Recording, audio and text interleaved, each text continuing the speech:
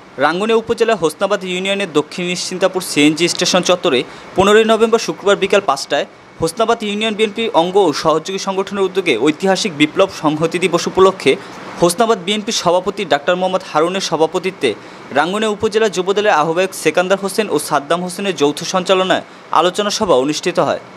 এতে প্রধান অতিথি হিসেবে বক্তব্য রাখেন রাঙ্গুনিয়া উপজেলা বিএনপির আহ্বায়ক অধ্যাপক কুতুবুদ্দিন বাহার। প্রধান বক্তা হিসেবে বক্তব্য রাখেন রাঙ্গুনিয়া উপজেলা বিএনপির সদস্য সচিব, রাঙ্গুনিয়া উপজেলা পরিষদের সাবেক চেয়ারম্যান আবু আহমেদ হাসনাত।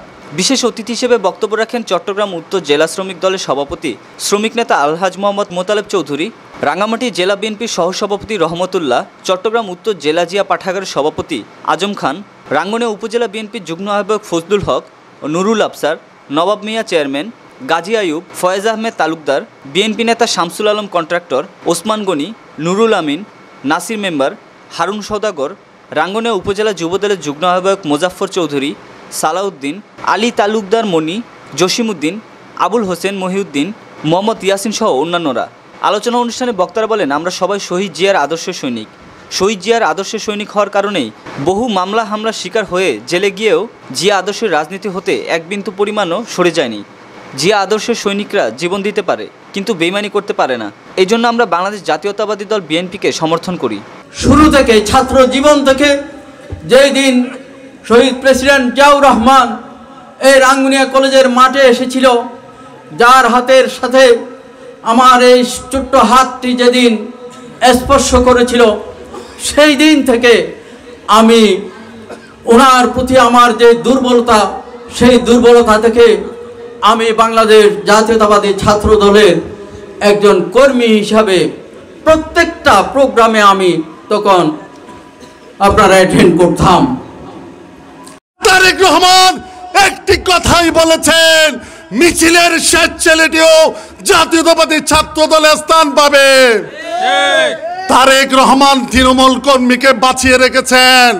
উনি দীর্ঘ 17টি বছর ধরে বাংলাদেশের রাজনীতিতে উনি তৃণমূলকে যেভাবে জাগিয়ে তুলেছেন, সেই জাগিয়ে তোলার মধ্য দিয়ে বাংলাদেশ জাতীয়তাবাদী দলকে 17 বছর ধরে শত হামলা মামলা দিয়ে কোন কর্মীর মনোবল ভাঙতে পারেনি।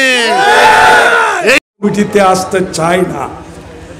আজকে দুঃসময়ে কে ছিল আমার জানা আছে।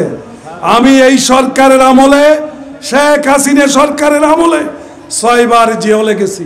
অধ্যাপক কুতুবুদ্দিন, আব্দুল মোতালেব চৌধুরী সহ ওসমান গনি, অন্যান্য নেতৃবৃন্দরা, ছাত্রদল, যুবদল, সেখানদল সবাই আমরা জেলে গেছি। তখন বুঝতে পেরেছি কে আছে কে নাই। আজকে তখন ছিল সবাই বোঝা মিলাই, এখনো ঈদবাপি একগুণ বাঘ।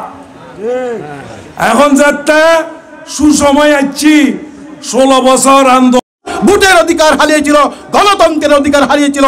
সেই অধিকার একমাত্র আজকে বাংলার স্বাধীনতাকামী ছাত্র জনতার বিপ্লবের মাধ্যমে আজকে যারা প্রতিষ্ঠা করেছে, আমি তাদের সকলকে শ্রদ্ধা করে স্মরণ করছি। এবং যারা এখনো পর্যন্ত চিকিৎসাধীন অবস্থায় আছেন, তাদের সুস্বাস্থ্য এবং তাদের আশুর কামনা করছি এবং সকলের সুস্বাস্থ্য কামনা করছি। আমাদের একটা পরীক্ষাতে আমরা উত্তীর্ণ হয়েছি। আমাদের সামনে বড় ধরনের একটি ফাইনাল পরীক্ষা রয়ে গেছে, যেই পরীক্ষাতে আমাদের পাস করতে হবে। আর না হলে দীর্ঘ 17 বছর যে আন্দোলন সংগ্রাম, যে বাংলাদেশ জাতীয়তাবাদী দলের হাজার হাজার মানুষ, হাজার হাজার নেতা যে শহীদ হয়েছে, হাজার হাজার মানুষ যে পঙ্গু হয়েছে, এবং লক্ষ লক্ষ বাংলাদেশ জাতীয়তাবাদী দলের যে কর্মীদের বিরুদ্ধে যে মামলা হয়েছে, সেটা অর্থহীন হয়ে পড়বে। তাই আমি আহ্বান করছি, এর পরবর্তী 4 মাসের মাথায় এই জনসংহতি দিবস 7ই নভেম্বর আমাদের প্রাণপ্রিয় নেতা শহীদ জিয়াউর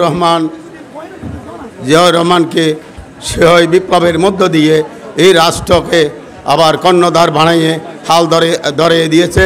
যদি সেই দিন সিপাহী বিপ্লব যদি না হতো, মনে হয় আমরা বাংলাদেশ থাকতো না, এটা ভারতেই পরিণত হতো।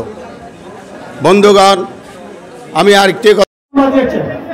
তাই আজকে এই বৈষম্যবিরোধী ছাত্র আন্দোলনরা এই আন্দোলন করে